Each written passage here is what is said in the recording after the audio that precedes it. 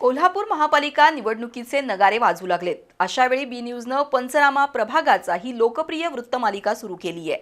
डिसेंबर 2020 पासून कोल्हापूर महापालिकेत प्रशासक राज आहे। मनात आणलं असतं तर प्रशासक म्हणून काम करणाऱ्या अधिकाऱ्यांना तुफान काम करता आलं असतं, पण दुर्दैवानं तसं झालेलं नाही। किंबहुना महापालिकेत नगरसेवक नसल्यानं अधिकाऱ्यांवर कुणाचा अंकुशच राहिलेला नाही। त्यामुळे गेल्या 5 वर्षात समस्यांची यादी वाढली आहे। नव्यानं तयार झालेला प्रभाग क्रमांक 8 हा पूर्वीच्या 5 प्रभागातून तयार झालाय। त्यामध्ये कोल्हापूर शहरातील 3 आणि उपनगरातील 2 प्रभागांचा समावेश आहे।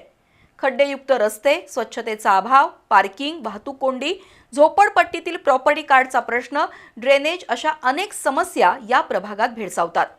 प्रभाग क्रमांक 8 हा बालिंगा पाणीपुरवठा केंद्रावर अवलंबून असल्यानं अनेक भागात 24 तास पाणीपुरवठा होतो, ही त्यातल्या त्यात समाधानाची बाब आहे। आता प्रभाग क्रमांक 8 मधून 4 सदस्य निवडून द्यायचे आहेत। भौगोलिक विस्तार मोठ्या असलेल्या या प्रभागात निवडून येणाऱ्या नगरसेवकांना एकमेकांशी समन्वय ठेवूनच विकास कामं करण्यासाठी तारेवरची कसरत करावी लागणार आहे।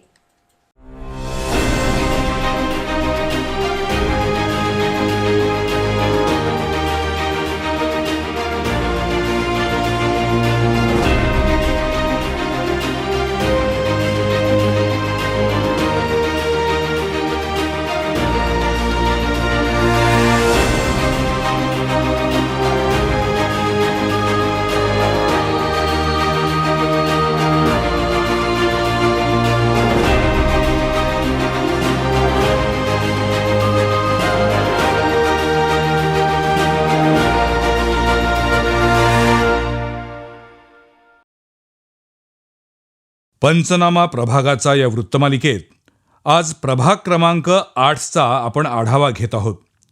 लक्षतीर्थ, बलराम कॉलनी, दुधाळी, चंद्रेश्वर आणि महालक्ष्मी मंदिर या जुन्या 4 प्रभागातील काही भाग एकत्र करून हा नवा प्रभाग अस्तित्वात आलाय।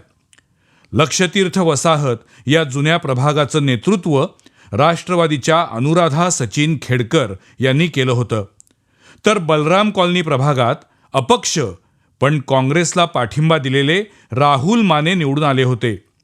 दुधाळीमधून काँग्रेसचे प्रतापसिंह जाधव, चंद्रेश्वर प्रभागातून काँग्रेसच्या शोभा बोंद्रे आणि महालक्ष्मी मंदिर प्रभागातून भाजपचे अजित ठाणेकर यांनी महापालिकेत यापूर्वी नेतृत्व केलं होतं।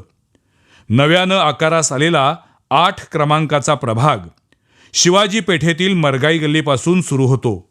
तो पुढं महाकाली मंदिर, नागोजीराव पाटणकर हायस्कूल, दुधाळी मैदान, उत्तरेश्वर महादेव मंदिर, शिंगणापूर नाका, जावळाचा Ganpati, Balram colony, Jivhala colony, Lakshatirth, Ingawale colony, Mhasoba देवालयासमोरील एसटी कॉलनी आणि वाहनधारक कॉलनीपर्यंतचा भाग आहे। या प्रभागाची लोकसंख्या 27,136 इतकी आहे। या नव्या प्रभागात शहरी भागातील दाट लोकसंख्येचा समावेश आहे। त्यामुळं पायाभूत सुविधा चांगल्या असून बऱ्यापैकी विकास कामं झाली आहेत, पण खराब रस्ते, ड्रेनेजची समस्या अजूनही कायम आहे। पण उपनगरातील भागात रस्ते, गटारी आणि अस्वच्छतेच्या समस्या भेडसावत आहेत आणि त्यामुळं नागरिक वैतागले आहेत। काय स्थिती सांगा? इथे महिलांची तक्रार आहे। इथे रोड किती दिवस झाले नाही, सारखं तुंबतंय आणि एक मला वाटतं 10 वर्ष झाले तर ते रोड झालेलाच नाही इथं, आणि सारखं इथं तुंबते, ड्रेनेज तुंबतंय, पाणी येतंय, काढतात आणि तसं आहे चिखल कायम आहेच। ताराबाई रोडवरून रंकाळ्याकडे जाणाऱ्या मुख्य रस्त्यावर रोजच पर्यटकांच्या वाहनांचं पार्किंग होतं आणि वाहतूक कोंडीची समस्या उद्भवते। जावळाचा गणपती मंदिर परिसरात तर दररोज सकाळ संध्याकाळ वाहतुकीची प्रचंड कोंडी असल्यानं त्यावर कायमस्वरूपी उपाययोजना होणं गरजेचं आहे। प्रभागामध्ये ज्या काही ठराविक अशा समस्या आहेत त्यामधला पहिला भाग आहे तो म्हणजे पार्किंगचा। या आता रंकाळ्यामध्ये रोज लाखो पर्यटक येतात, तर इथून पार्किंगची व्यवस्था नाही आहे। महिलांना, पुरुषांना या इथे संडास बाथरूमची व्यवस्था नाही आहे। त्यानंतरनं जो रंकाळा टावर आहे जावळाचा गणपतीजवळ, इतकं या प्रभागामध्ये ट्रॉफिक जाम होतंय की तुम्हाला 10-10 मिनटं, 15-15 मिनटं तिथं थांबावं लागतं। जुन्या लक्षतीर्थ प्रभागातील एसटी कॉलनी, चिंतामणी कॉलनीत लाईट आणि पाणी याशिवाय कोणत्याही नागरी सुविधा महापालिकेनं दिलेल्या नाहीत। या भागाचं 25 वर्ष नेतृत्व केलेल्या खेडकर कुटुंबियांनी सुद्धा त्याकडं लक्ष दिलेलं नाही. त्यामुळं इथल्या नागरिकांनी महापालिकेच्या येत्या निवडणुकीत मतदानावर बहिष्कार घालण्याचा निर्णय घेतलाय. बोला. आमच्या इथं Swami Samarth S T colony म्हणून एक आहे, त्यात खाली स्वामी समर्थ नगर आहे कॉलनी म्हणून आहे, पुन्हा शंभू कॉलनी म्हणून आहे. आणि हे सगळा परिसर फक्त रस्त्यानंच माजलेला आहे, दुसरा काही झालेला नाही. तरी पण लवकरात लवकर आमचा रस्ता व्हावा एवढीच अपेक्षा आहे. आम्ही बहिष्कार का टाकणार आहे की आम्हाला मतदानच नको आहे, कारण त्यात नुसती 5 वर्षासाठी.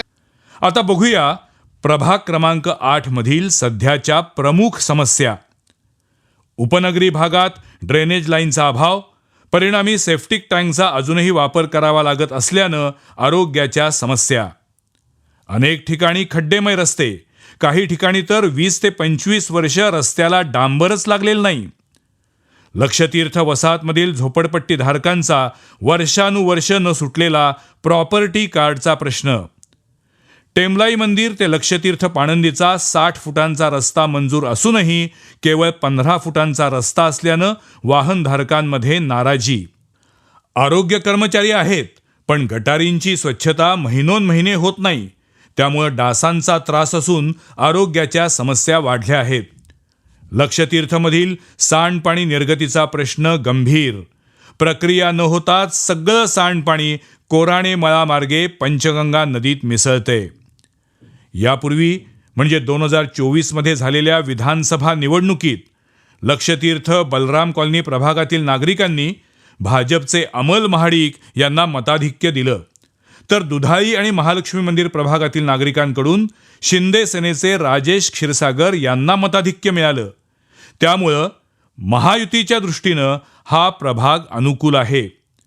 नव्यानं अस्तित्वात आलेल्या 8 क्रमांकाच्या प्रभागात 1 ओबीसी महिला, 1 सर्वसाधारण महिला आणि 2 सदस्य सर्वसाधारण गटासाठी खुले आहेत.